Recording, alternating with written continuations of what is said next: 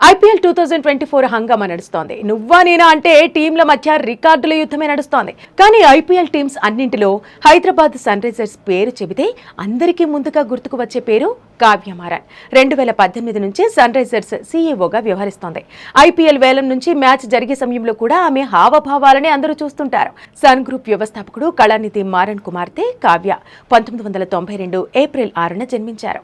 ఆమె తల్లి Kaveri Maran solar TV community restricted సీఈఓగా వ్యవహరిస్తున్నారు. భారతదేశంలో అత్యధిక వేతనం అందుకుంటున్న మహిళా సీఈఓల్లో ఈమె ఒకరు. చెన్నైలోని స్టెల్లా మేరీస్ కాలేజీ నుంచి కామర్స్లో కావ్య డిగ్రీ పట్టా అందుకున్నారు. 33,000 కోట్ల రూపాయల సన్ గ్రూప్ వ్యాపార సామ్రాజ్యానికి ఆమె ఒక్కతే వారసురాలు. కావ్య ఆస్తుల విలువ 417 కోట్ల రూపాయలు. జన్ భారత్ టైమ్స్ రిపోర్టు ప్రకారం ఆమె ఆస్తుల విలువ అది. హురూన్ ఇండియా రిచ్ లిస్ట్ 2019 ప్రకారం కళానిధి మారన్ ఆస్తుల విలువ 19,000 కోట్ల రూపాయలకు పైగానే ఉంది.